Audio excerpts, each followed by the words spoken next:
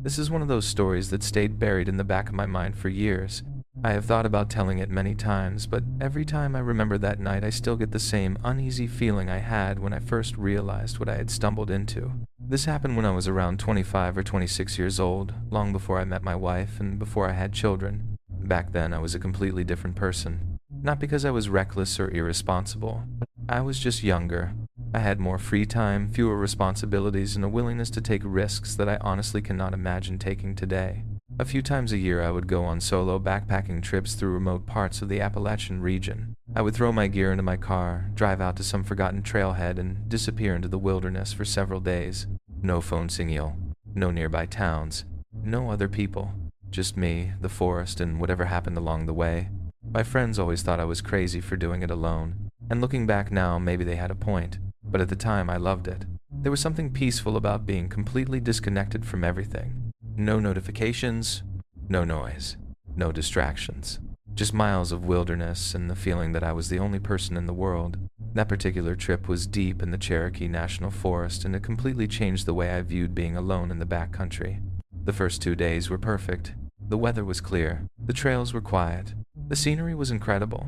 I had not seen another person since the first morning. It felt like the exact kind of trip I had been looking for. But that feeling did not last. On the afternoon of my second day, I noticed something changing. Dark clouds were slowly gathering in the distance. At first, I did not think much of it. I had been caught in storms before. Rain was annoying, but it was part of backpacking. You deal with it, dry off later, and keep moving. But this time felt different. Within an hour, the wind started picking up. The temperature dropped quickly enough that I stopped walking just to pull another layer of clothing from my pack. Then, the rain started. And it was not a normal rainstorm. It exploded out of nowhere. The sky opened up, and within minutes the trail went from calm and quiet to violent. The wind was so strong it pushed smaller trees sideways. Branches snapped somewhere above me in the canopy. Lightning struck close enough that I could feel the tension in the air before each thunderclap, and suddenly I started thinking about something I usually tried not to think about while alone in the wilderness. How far away I really was from help. I was hiking at elevation with a metal-framed backpack during a lightning storm. I was completely soaked. I was miles from the nearest road, and I knew I needed shelter. I kept moving, scanning both sides of the trail, hoping I would find anything that could protect me from the storm. A rock overhang, a natural shelter, anything. Then, almost unbelievably, I saw something through the trees. At first, I thought my eyes were playing tricks on me, but as I got closer, I realized it was real. A structure, small, dark, almost completely hidden by the forest, but definitely made by humans. I pushed through the trees and found myself standing in front of a tiny one-story cabin. It looked ancient, the kind of place that could have been built decades ago by hunters, settlers, or someone who once lived completely off the land. There was a single window on the side facing me.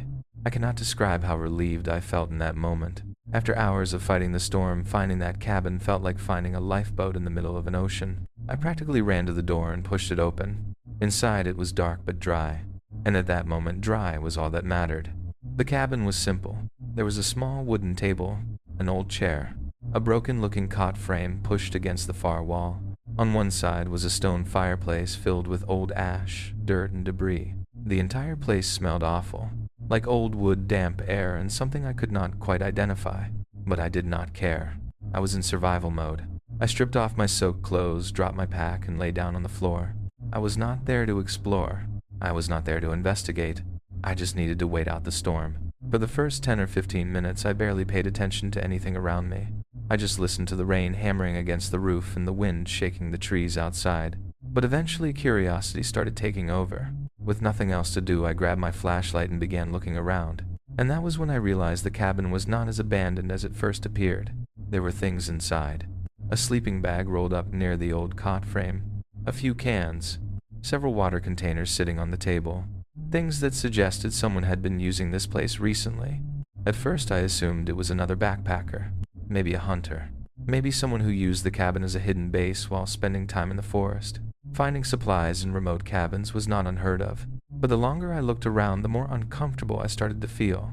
Something about the place was wrong. Near the door I noticed marks on the wall. At first I thought they were just damage from age, maybe scratches from animals. Maybe the wood had simply deteriorated over time. But when I stepped closer, my stomach tightened. They were scratches. Not a few. Dozens. Some were shallow, some were deep. They covered parts of the wall near the entrance. There was no obvious pattern, no explanation, just random marks carved into the wood. I stepped back and looked at the door. The handle itself was nothing unusual, just a simple latch. But something caught my attention. I opened the door and examined the frame. On the outside was a metal bracket, a place where a padlock could be attached. At first that did not seem strange, until I realized something. There was no matching locking mechanism on the inside. The door was designed to be secured from outside, not inside. A cold feeling started creeping through me, but I still tried to convince myself there was another explanation. Maybe it was old construction. Maybe it was just a hunting cabin. Maybe I was imagining things because I was tired and alone. Then I checked the window, and that was when everything changed. The glass itself was perfectly intact, which surprised me considering how old the cabin appeared. But then I noticed why. There were screws drilled into the corners of the window frame. The screws had been installed from the outside. Someone had intentionally sealed it shut. I looked closer. Around the inside edges of the frame were more scratches, deep scratches, fresh enough that they stood out against the old wood. And these were not random. They looked like marks left behind by someone desperately trying to force the window open, someone trying to escape. Standing there in that tiny cabin with the storm raging outside, everything suddenly connected. The locked door, the sealed window, the scratches, the marks on the walls. The realization hit me all at once. This cabin was not just an old shelter. Someone had been trapped here. Someone had been kept inside, against their will.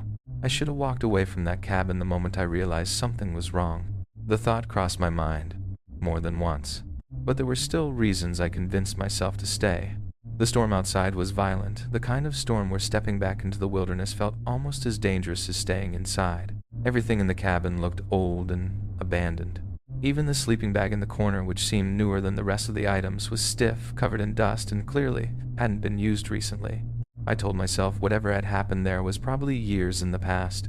I was wrong. I don't know exactly how long I had been inside when I first heard it. At first, it was just a faint scraping sound somewhere outside the cabin. The kind of noise you could easily blame on the storm. Maybe a branch moving against the wall. Maybe something small crawling around outside. But then came two heavy impacts against the porch. Those sounds were different. They didn't feel like the storm. I immediately stood still, completely focused, trying to separate the sounds of the wind and rain from anything else happening around me. The problem was that the storm was so loud it swallowed almost everything. If someone had been walking outside, I might not have heard them at all. That realization made my stomach sink. My eyes slowly moved toward the window, but I couldn't bring myself to look through it. Because if someone was really standing outside, there was a chance they were looking back. I stayed frozen for what felt like forever. Eventually, the fear started to fade. I convinced myself I was overreacting. Maybe it was just an animal. Maybe the storm was playing tricks on my mind. I was almost ready to forget about it when the door moved. Not opened. Moved. It felt like someone had placed their full weight against the other side. The wooden frame creaked. The latch shook. Then suddenly the pressure disappeared. And that was the moment everything clicked. Why would someone be outside in the middle of a dangerous storm, walking around the cabin making noises but never coming inside? The door wasn't locked. Nothing was stopping them. Then I thought about the scratches, the damaged window, the outside locking mechanism, the possibility that someone had once been trapped inside that cabin, and a terrifying thought entered my mind. Maybe whoever was outside wasn't trying to get in. Maybe they were trying to make sure I stayed inside. I didn't wait to find out. I grabbed my backpack and started packing as quickly as I could. My hands were shaking, and I had this overwhelming feeling that something was about to happen. I was right. I was only seconds away from leaving when the sound of breaking glass exploded behind me. I turned around. Something had come through the window, and before I could even understand what I was seeing, the entire room erupted into flames. The fire spread unbelievably fast. One moment I was standing in a dark cabin listening to the storm. The next, the walls around me were glowing with fire. The heat was immediate. The smoke filled the room. The only thought in my mind was escape. I rushed toward the door, but it wouldn't open. It was stuck. I threw my shoulder against it once. Nothing. Again. Still nothing. Finally, with everything I had left, I forced it open. The door broke free and I fell out into the rain. I didn't stop. I ran. I couldn't see clearly through the darkness and the storm. I had no idea where I was going. I only knew I needed distance between myself and that cabin. Then suddenly something hit me from behind. I crashed into the ground. Before I could react, someone was on top of me. The next few moments were pure survival. I fought back however I could. I pushed, kicked, grabbed, and tried desperately to get away. The person attacking me was frantic, violent, and determined not to let me escape. For a moment, I thought I might not get away, but somehow I managed to create enough space. I got back on my feet and ran again. Behind me, I could hear the person shouting. I looked back only twice. The second time, all I could see was the cabin completely consumed by flames. The image of that burning structure in the middle of the storm is something I don't think I'll ever forget. I kept running until my body finally gave out. Eventually, I found 2 fallen trees leaning against each other, creating a small space underneath. It wasn't much protection, but it was enough to get me out of the rain. I crawled underneath and collapsed. For a long time, I just sat there trying to breathe. I couldn't feel much of anything anymore.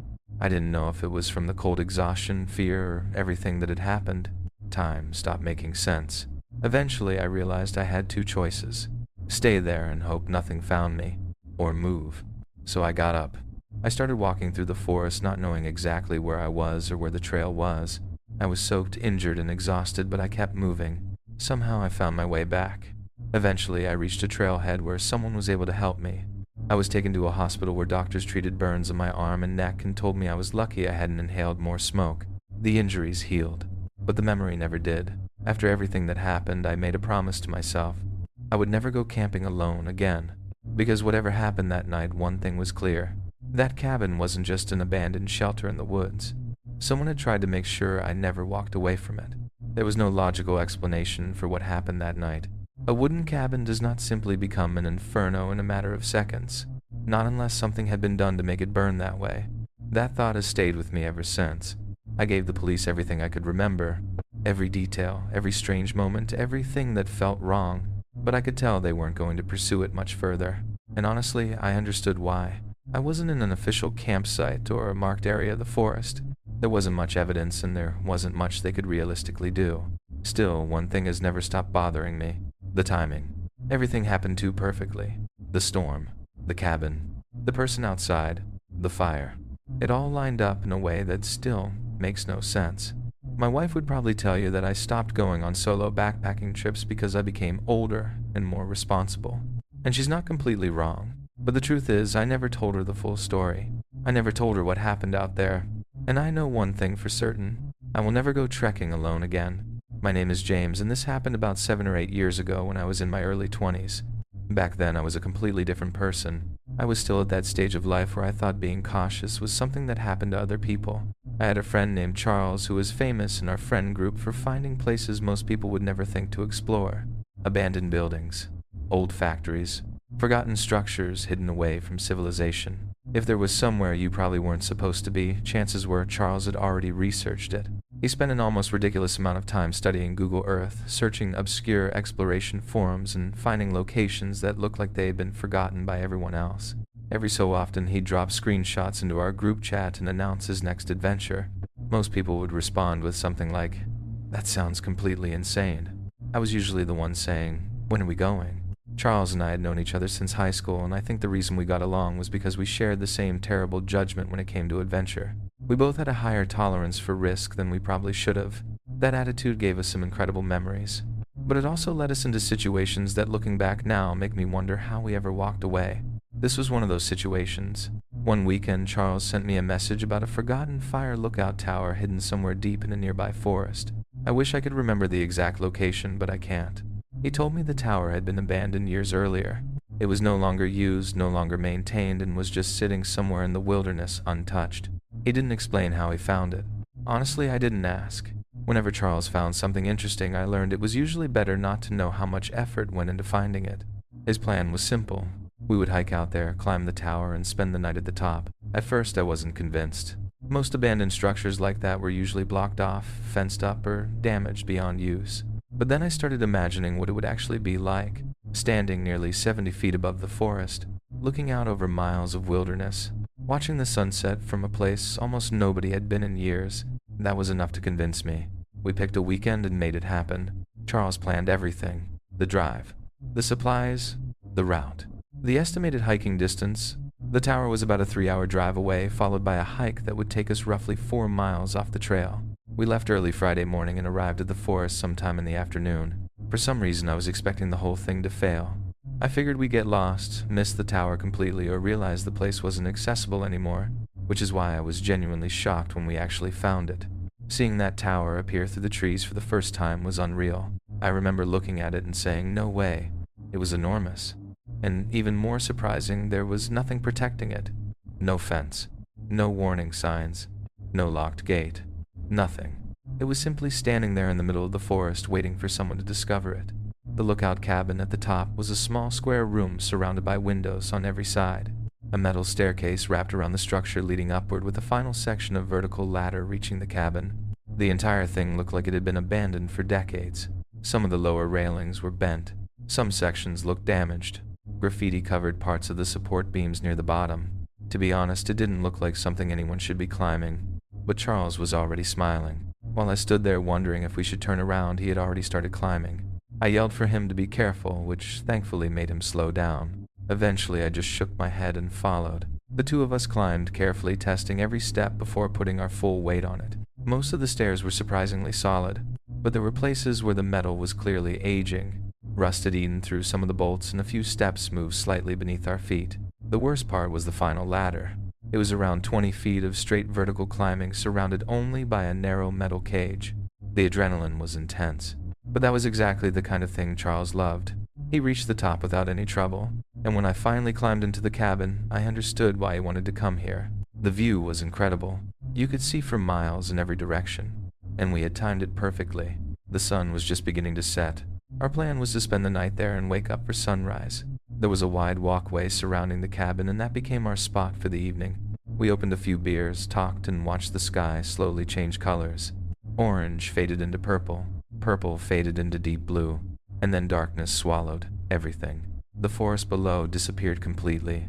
There were no lights anywhere, no roads, no buildings, no signs of civilization, just endless black trees stretching in every direction. The stars were unbelievable, but at the same time there was something unsettling about being that high up, knowing there was an entire forest beneath us that we couldn't see. Charles noticed I was getting uncomfortable and started messing with me. He would grab my shoulder or try to make me jump.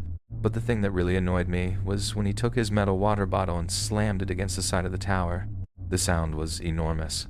A sharp metallic crash that echoed through the entire forest. It sounded unnatural, almost like a signal. I immediately got irritated and told him I wanted to go inside. Eventually he realized I wasn't joking and stopped. Inside the cabin there wasn't much. It had clearly been empty for years. No furniture, no equipment, just an abandoned room at the top of an abandoned tower. Charles said he wanted to finish his beer before coming inside. I didn't mind. I started setting up my sleeping gear in one corner, but before I could finish, I heard Charles call out. His voice was quiet, serious, almost concerned. He told me to come back outside. That immediately caught my attention, because that wasn't like him. I walked back out and saw him sitting there, pointing down toward the forest.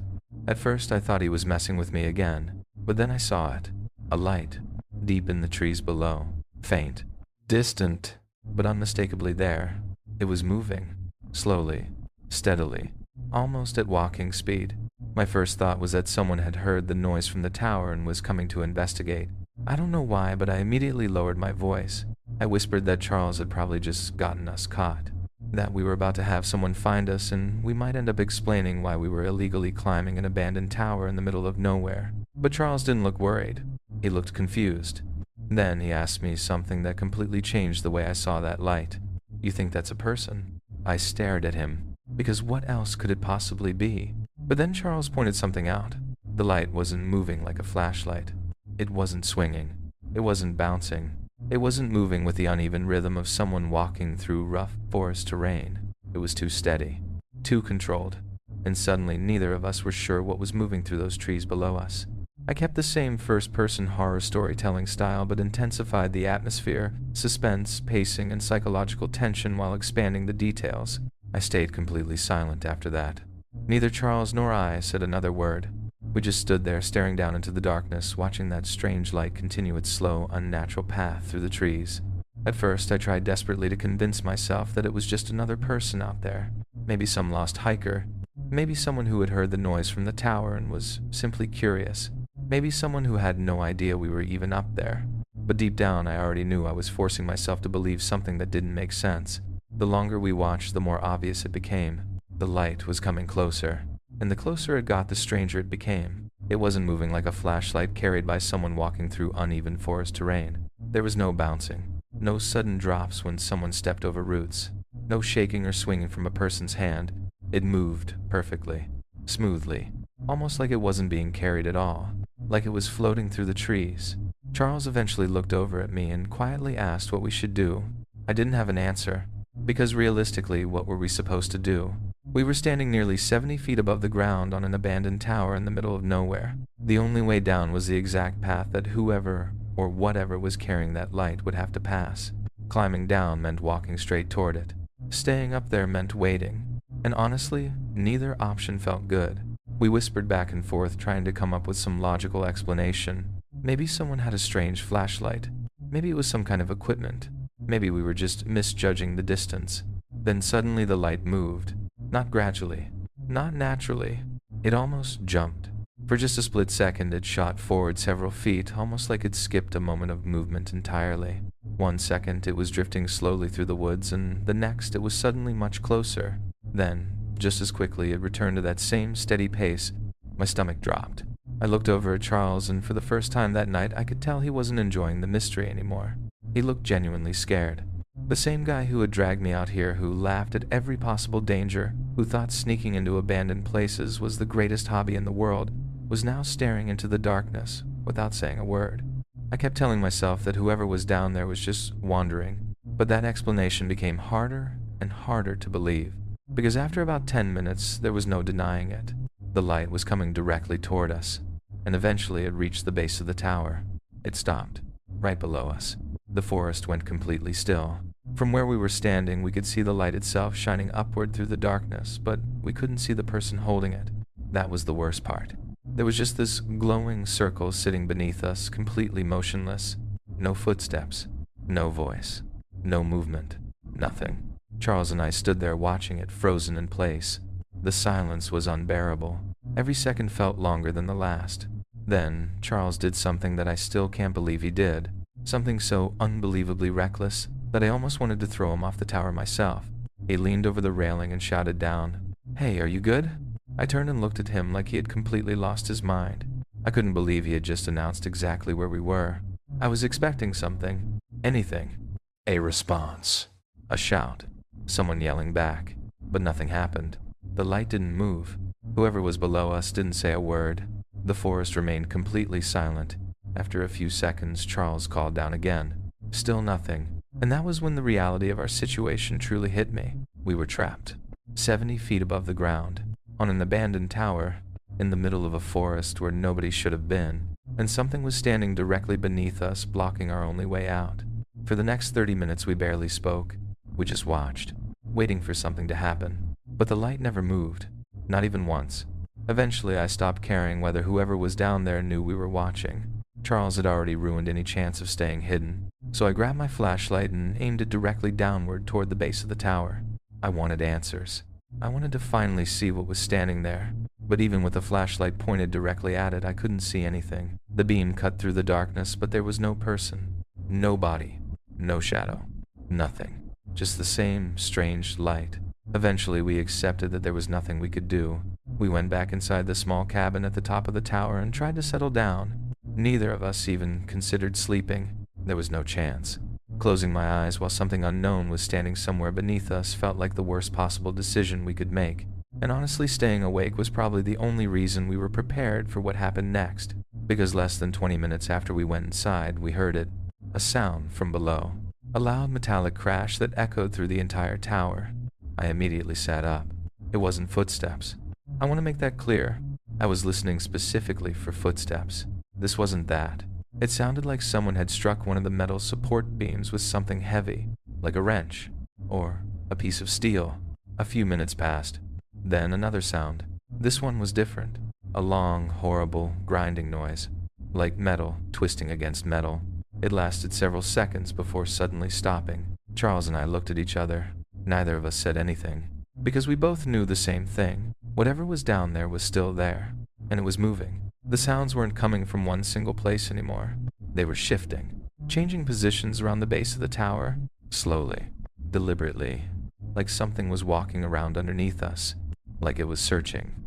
And the worst part was knowing that we were sitting inside a small metal box hundreds of feet away from the nearest person with nowhere to run and nowhere to hide.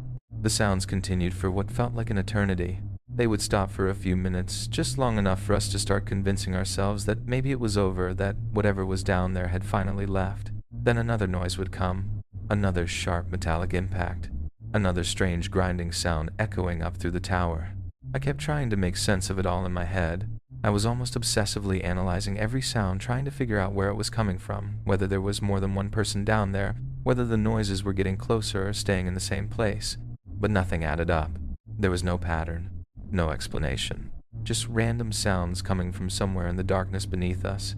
Charles and I kept whispering to each other, quietly discussing what we would do if we suddenly heard footsteps on the staircase. The problem was we both knew there wasn't really a good answer. There was only one way up, and there was only one way down. If someone decided to climb that tower, there was nowhere for us to go. I was sitting against the far wall of the cabin, facing the windows on the opposite side. Charles was positioned across from me, watching over my shoulder. The small room had windows on every side, which should have made us feel safer. Instead, it made everything worse. There were too many places to look. Too many dark spaces where something could appear. The glass reflected almost nothing. Outside, the forest was just a massive black void, broken only by the faint glow of moonlight and scattered stars. For a while, nothing happened. I started wondering if maybe we had worked ourselves into a panic over nothing. Maybe there was a logical explanation. Maybe the noises were caused by the old tower settling. Maybe the light was some kind of equipment. Maybe fear was just making everything seem worse than it really was. Then I saw something. A shape. A dark silhouette moving across the glass. At first, my brain refused to understand what I was seeing. It was almost like my mind rejected the possibility. But then the shape moved again. It passed in front of the next window, and that was when reality hit me. Someone was outside. I don't even remember making a conscious decision to react. I just yelled. Charles instantly jumped away from the window, and within seconds we were both moving. We rushed toward the door and pressed ourselves against it, putting our backs against the wood. If someone tried to force their way inside, they weren't getting through without going through both of us first. My eyes kept darting back toward the windows. I was searching desperately for that figure, but there was nothing. No movement, no shadow, nothing at all. And that made absolutely no sense. Unless whoever it was had dropped down and started crawling, there was no way they should have disappeared that quickly. The tower was completely exposed. There was nowhere to hide. Charles and I stayed there for what felt like hours. Neither of us wanted to move. Neither of us wanted to make a sound. I could hear him breathing heavily beside me, almost hyperventilating. And honestly, I wasn't doing much better. What followed was the longest and most terrifying stretch of time I had ever experienced. We stayed in that exact position, frozen against the door, waiting for something to happen. Every few minutes we thought we heard something. A creak. A vibration through the metal. A faint noise from below. Every time our entire bodies tensed up. Eventually the darkness outside began to fade. The first signs of morning started appearing through the windows. The forest slowly became visible again, and with the sunlight came a tiny bit of courage. By that point, I was exhausted. My body hurt from sitting still for so long, but I knew we couldn't stay there forever. When it was finally bright enough to see clearly, I looked at Charles. We didn't say anything. We both knew what we had to do. I counted down. 3, 2, 1. Then I grabbed the door and threw it open as hard as I could. I fully expected someone to be standing there, waiting, crouched just outside the doorway. But there was nothing. No one. The walkway was empty. Charles and I immediately stepped outside and looked around the tower. Nothing. We checked below us. Nothing there either. No person. No light. No explanation. Just the empty forest. At that point, we didn't care anymore. We grabbed our gear and started climbing down as quickly as possible. Neither of us wanted to spend another second up there. We made it about 3/4 of the way down when Charles suddenly stopped. I almost walked into him. He was standing completely still on the landing, staring down at the staircase below. I looked past him and immediately understood why he had stopped. The staircase was gone. Not damaged. Not broken. Gone. An entire section of the metal staircase had been removed. Not a couple of steps. Not a loose piece. An entire section. There was just a massive, empty gap where the stairs should have been. I stared at it, trying to process what I was looking at. It didn't make sense. Someone had somehow removed a huge section of steel staircase during the night, while we were sitting directly above them. and suddenly all those strange noises made sense. That had to be what we were hearing. The metal impacts, the grinding sounds, the movement beneath us. But then another thought hit me, and it made everything even worse. The noises didn't stop until after I saw the figure outside the window, meaning whoever had done this was still there afterward. So how had someone removed an entire section of staircase, climbed away, then somehow appeared outside our window afterward? And how had they done all of it without making enough noise for us to notice? Removing that much metal should have sounded like an explosion in that tower. There should have been crashing, banging. The entire structure should have been shaking, but there was nothing. At least nothing that we could explain. Charles and I stood there for a long time trying to figure out what our options were. Eventually we realized we had only one choice. We had to cross the gap. It wasn't impossible. The distance wasn't huge, but looking down through the open frame of the tower made my stomach turn. One mistake, and it was over. Charles went first. He made it across, but when he landed he twisted his ankle badly. Thankfully he could still walk. I crossed after him, and together we continued downward. The rest of the climb was silent. We didn't talk. We didn't joke. We just wanted to get off that tower. When we finally reached the ground, we immediately looked around. There was nobody there. Nothing. Not even the missing staircase pieces. At least not anywhere we could see. We didn't search. We didn't investigate. We didn't care anymore. Whatever happened there, we were done trying to understand it. To this day, I still don't have an explanation. Not for the strange light moving through the woods. Not for the sounds beneath the tower. Not for the figure I saw outside the window. And especially not for how an entire section of steel staircase disappeared in the middle of the night without us hearing what should have been impossible to miss. Charles and I still talk about that night whenever we see each other. Years later, it remains one of those memories that sounds impossible when spoken out loud. But we were both there, and neither of us has ever found an answer. I continued camping alone after that. Actually, I still do. I've been doing solo trips since my 20s, and now that I'm in my late 30s, I've spent nearly 15 years exploring the backcountry by myself. I know the risks. I know how isolated you can become once you leave civilization behind. That's why I always prepare carefully. That's why I carry equipment most people wouldn't think to bring. This next incident happened about 2 years ago in the Daniel Boone National Forest in eastern Kentucky. It is a massive stretch of wilderness covering hundreds of thousands of acres. And if you know where to go, you can walk for days without seeing another person. At the time, I was going through a rough period. Work had been overwhelming, life felt heavy, and I just needed distance from everything. So one Thursday morning, I packed my gear, drove out to a remote trailhead, and disappeared into the woods. The plan was simple. 3 nights alone in the backcountry. No distractions, no people. Just me, the forest, and enough supplies to make it through. I had my tent, my backpack, food, water, and the rifle I always carried on solo trips. I thought I knew exactly what kind of adventure I was heading into. I had no idea that this trip would become one I would remember for the rest of my life. The first day was exactly what I had been hoping for. It was quiet, peaceful. The kind of isolation that makes you forget the rest of the world even exists. I hiked roughly 7 miles before finding a flat area near an old creek bed that looked like the perfect place to spend the night. The ground was level, there was enough space to set up my tent, and there was plenty of fallen wood nearby for a fire. I dropped my pack, made camp, and spent the next couple of hours doing exactly what I came out there to do. Nothing. No emails.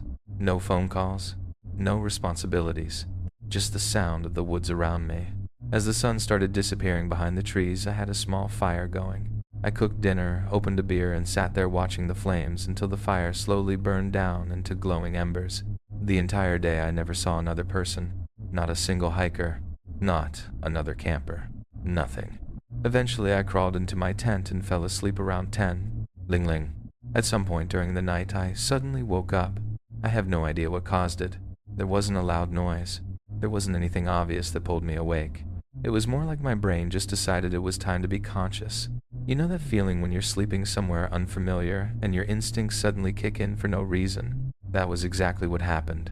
I lay there for a moment staring up at the inside of my tent, still half asleep and trying to figure out what had woken me. Then my eyes adjusted, and I noticed something strange. There was light coming through the fabric of my tent. A faint orange glow. At first I thought maybe it was just my imagination, maybe some weird reflection. But the longer I looked, the more obvious it became. Something outside was producing light. I slowly reached over, unzipped the tent flap, and looked out. And that's when I saw it. About 200 yards away through the trees, there was a fire. A real fire. It wasn't huge. It wasn't some raging blaze. It looked exactly like a normal campfire. Small, controlled, flickering. The kind of fire someone would make while camping. I sat there watching it, waiting to hear something. Voices. Laughter. Someone moving around. Anything that would confirm there was another person out there. But there was nothing. No conversation. No footsteps. No movement. Just the fire. I watched it for several minutes, trying to figure out if it was spreading or if maybe it was something else entirely. But it stayed the same size. It didn't grow. It didn't move. It just sat there, flickering in the darkness. Eventually, I convinced myself it had to be another camper. That was the only explanation that made sense. Maybe they had set up farther away than I realized. Maybe they had come in after I went to sleep. Maybe they were irresponsible and left their fire burning while they slept. Not smart, but unfortunately not unheard of. I watched it for another 5 minutes or so. Then I closed my tent and went back to sleep. At the time, it honestly didn't bother me that much. It was strange, but not scary. When I woke up the next morning, though, that fire was the first thing I thought about. Not because I was afraid, because I was curious. I wanted to know who else was out there. Maybe introduce myself. Maybe ask where they came from. But mostly I wanted to prove to myself that I had been right. That there was a completely normal explanation. I packed up my campsite and headed in the direction of where I had seen the fire. It only took about 10 minutes to reach the area. I was almost certain I had the right location. The angle looked right. The distance looked right. There was even a natural clearing that lined up almost perfectly with where I had been looking for my tent. But the second I stepped into that clearing, I stopped. Something was wrong. There was no fire pit, no circle of stones, no pile of ash, no burned wood, no blackened ground, nothing. The area looked untouched, completely untouched. I walked around slowly, searching for any sign that someone had been there. A footprint, a piece of trash, a broken branch, anything. But there was nothing. The ground looked like nobody had stepped there in weeks, maybe months. I stood there for a long time trying to understand what I was looking at, because I knew what I saw. I wasn't looking at something in the distance for 1 second. I had watched that fire for several minutes. I had seen the flames moving. I had seen the orange glow. I had watched it flicker in the darkness. And yet the place where that fire should have been looked completely untouched. I considered that maybe I had simply walked to the wrong spot. Maybe my sense of direction was off. But the more I looked around, the less likely that seemed. There wasn't another clearing nearby that matched the distance or direction. Eventually, I accepted that I wasn't going to solve it. I still had 2 more nights planned, and I wasn't going to abandon my trip over something strange but harmless. So, I kept moving. I hiked for most of the day, going deeper into the forest. The landscape gradually changed. The creek disappeared behind me. The terrain became steeper. The trees grew older and larger. By the afternoon, I was in a much denser part of the forest. The canopy above was so thick that it blocked out most of the sky.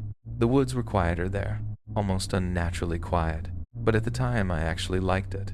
It felt remote, like I had truly gotten away from everything. Around 4:00, I found another good place to camp. I set everything up, cooked dinner, and spent the evening relaxing. Nothing unusual happened. No strange noises, no signs of anyone else. Just a normal night in the wilderness. A little after 9:00, I put out my fire and went into my tent. Eventually, I fell asleep. I don't know what time it was when I woke up, but whatever time it was, I was pulled out of a deep sleep instantly. Because I heard something, a sound so powerful that my entire body reacted before my brain even understood what it was. A massive cracking noise, deep in the woods. At first, it sounded like a large branch snapping, but it didn't stop. It continued, a violent series of cracks and splintering sounds that seemed to tear through the darkness. It lasted maybe 3 or 4 seconds. Then came the final sound. A heavy, powerful impact. A deep thud that seemed to travel through the ground beneath my sleeping bag. I felt it. For a moment, I just lay there completely still. Then I knew exactly what had happened. A tree had fallen somewhere nearby, or at the very least an enormous branch had broken loose. If you've ever heard a tree fall in the wilderness, you know how strange the experience is. It's both incredible and terrifying. The sound is so much bigger than you expect. It reminds you just how small you are compared to everything around you. I wasn't exactly afraid, but the sheer force of it sent a rush of adrenaline through my entire body. And as I lay there in the darkness, listening to the forest slowly become quiet again, I couldn't shake the feeling that I was no longer completely alone out there. I lay there completely still inside my sleeping bag, staring into the darkness of the tent and trying to make sense of what had just happened. The more I replayed the sound in my head, the less it made sense. A tree that size should not have come down on a calm night like this. There was no storm, no strong wind, no warning signs. The forest had been almost perfectly still before that violent crash shook the ground beneath me, but there was nothing I could do about it. I couldn't exactly step outside in the middle of the night and investigate some unknown sound deep in the woods, so I stayed where I was, trying to convince myself there was a simple explanation. Maybe the tree had been dead for years and finally gave out. Maybe the ground had shifted. Maybe there was something I wasn't considering. Eventually I closed my eyes and tried to force myself to relax, but my body wasn't cooperating. The adrenaline was still pumping through me. My heart was beating too fast, and every small sound from outside suddenly felt important. Every creak, every rustle, every movement of the trees made me tense up. Then, less than 10 minutes later, it happened again. This time I knew immediately. The sound was louder. Much louder. Another deep, violent crack ripped through the forest, followed by the snapping of branches and a massive impact that seemed to echo for miles. The entire tent felt like it reacted to it. The ground beneath me seemed to vibrate. But what disturbed me the most was not just that another tree had fallen, it was where it came from. The first crash had sounded like it came from somewhere south of my campsite. This one came from the opposite direction, somewhere northwest. I sat upright instantly. Now I wasn't just confused. I was scared. Two enormous trees falling in completely different parts of the forest within minutes of each other on a night with almost no wind made absolutely no sense. I sat there trying desperately to create a logical explanation. Maybe the first tree falling caused another tree to shift somehow. Maybe there was some kind of chain reaction happening underground. But even that didn't add up. The locations were too far apart. The sounds had clearly come from two separate areas. Whatever caused the first tree to fall had nothing to do with the second one, and somehow that realization was even more unsettling. I was still sitting there trying to process everything when I heard something else, something that changed the entire situation. A low sound came from somewhere beyond the trees. At first, I couldn't even identify it. It wasn't a normal animal call. It wasn't a howl. It wasn't a scream. It was this deep, continuous rumbling noise somewhere between a growl and a strange, human-like groan. The closest way I can describe it is that it sounded almost like something was deliberately making the sound, like it wanted to be heard. And the worst part was that it didn't stop. It continued for what felt like an entire minute. I had spent enough time in the wilderness to recognize many animal sounds. I've heard bears moving through brush. I've heard elk calling. I've heard smaller predators moving around at night. This was different. Whatever was making that noise, I had never heard anything like it before. At that moment, every instinct I had was telling me something was wrong. I slowly reached for my rifle.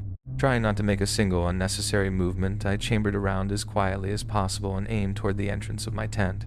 I was no longer curious. I was preparing. I sat there frozen, holding the rifle, staring at the tent flap. Minutes passed. 10 minutes. 20. The sound slowly began to fade. Not suddenly. Not like something stopped. It sounded like whatever was making it was moving farther away into the forest. And then, just like that, everything became silent again. A silence that somehow felt worse than the noise.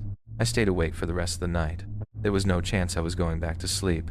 That was easily the most terrifying night I had ever experienced in the wilderness. When the first light of morning finally appeared, I immediately got out of my tent. I didn't waste time. I packed everything as quickly as possible, still feeling uneasy even though I could finally see my surroundings. Once my gear was secured, I decided I needed answers. I needed to know if what happened was real. I headed toward the second tree, the louder one, the closer one. I kept my rifle ready in my hands the entire time. After about 10 minutes of walking, I found it, and the sight of it immediately confirmed that I hadn't imagined anything. The tree was enormous. Its massive trunk had collapsed across a shallow slope with broken branches and debris scattered everywhere around it. It was real. It had actually fallen. For a moment, I felt almost relieved because part of me had been hoping there was some other explanation, that maybe the darkness and isolation had distorted what I heard. But standing there in front of that fallen tree, I knew the sound had been exactly what I thought it was. Something had brought this tree down, and I needed to know what. I stepped closer and examined the trunk. The stump was around 3 feet high and the exposed wood was bright and fresh. But something immediately stood out. The break wasn't clean. It wasn't the kind of fracture I expected from a tree naturally collapsing under its own weight. Something about it looked wrong. Something about the way it had fallen made me feel like I was missing a very important piece of the puzzle. It wasn't the kind of damage you would expect from a tree simply dying or being taken down by the weather. There were no clean fractures, No obvious signs of wind pressure. No splintered pattern from a storm forcing the tree to collapse. Instead, the break looked wrong. The wood around the damaged area looked like it had been violently torn apart. Large sections of the stump were covered in deep, uneven grooves that ran in different directions. Some of them looked nearly an inch deep. It didn't look like something had snapped the tree. It looked like something had attacked it. The more I studied it, the worse it became. The bark around the base wasn't just damaged. It had been peeled away in long strips, exposing the pale wood underneath. And that exposed area had the same strange markings, like something had dragged, scraped, and ripped at the trunk over and over again. I stood there, staring at it, trying to figure out what could have caused something like that. But I couldn't. I'd spent enough time outdoors to know what normal animal damage looked like. I've seen trees damaged by beavers. They leave very distinct marks, almost like someone used a tool to carve into the wood. This wasn't that. I've seen damage from birds, insects, and other wildlife. This wasn't that either. Whatever happened here was far too violent and covered far too much of the tree. It looked less like damage and more like something had been determined to destroy the tree until it finally came down. And that was when the feeling hit me. That deep, instinctive feeling that something was very wrong. I didn't want to investigate anymore. I didn't want answers. I just wanted to leave. I slowly stepped back from the tree, keeping my eyes on the surrounding woods, and started preparing to move. But as I turned away, something near one of the fallen branches caught my attention. At first, I almost ignored it. It was just a small pile of something on the ground. But something about it looked unnatural. It didn't belong there. I walked closer. And the second I realized what I was looking at, my entire body went cold. It was a blue bandana. And a carabiner. My bandana, my carabiner. For a moment, I just stood there staring. I didn't understand what I was seeing. Then I immediately dropped my backpack and started searching through it. My hands were shaking as I went through my gear.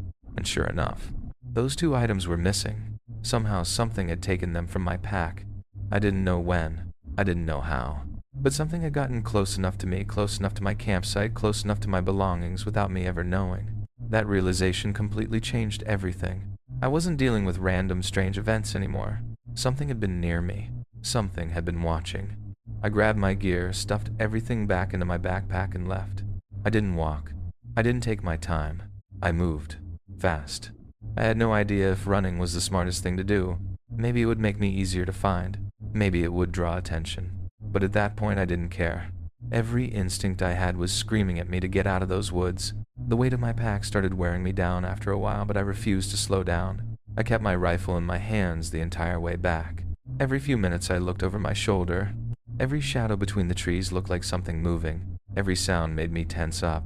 The entire hike back felt like I wasn't alone. Like something was following just outside my vision. The trip that originally took me hours felt endless on the way back. But eventually, sometime around 3 in the afternoon, I finally reached my car. I didn't stop. I threw my gear inside, started the engine, and drove away as quickly as I could. I didn't even feel safe until I was far away from that forest. The first thing I did was call the police. I explained everything. The fire, the fallen trees, the strange damage, the missing items. I could tell they weren't completely convinced, and honestly, I couldn't blame them. I knew there probably wasn't much they could do anyway, but I needed someone else to know what happened. For days afterward, I couldn't stop thinking about it. The part that stayed with me wasn't even the strange sounds or the impossible tree damage. It was the fact that something had gone through my belongings. Something had found my camp. Something had been close enough to take things from my backpack and leave them somewhere else. That wasn't random.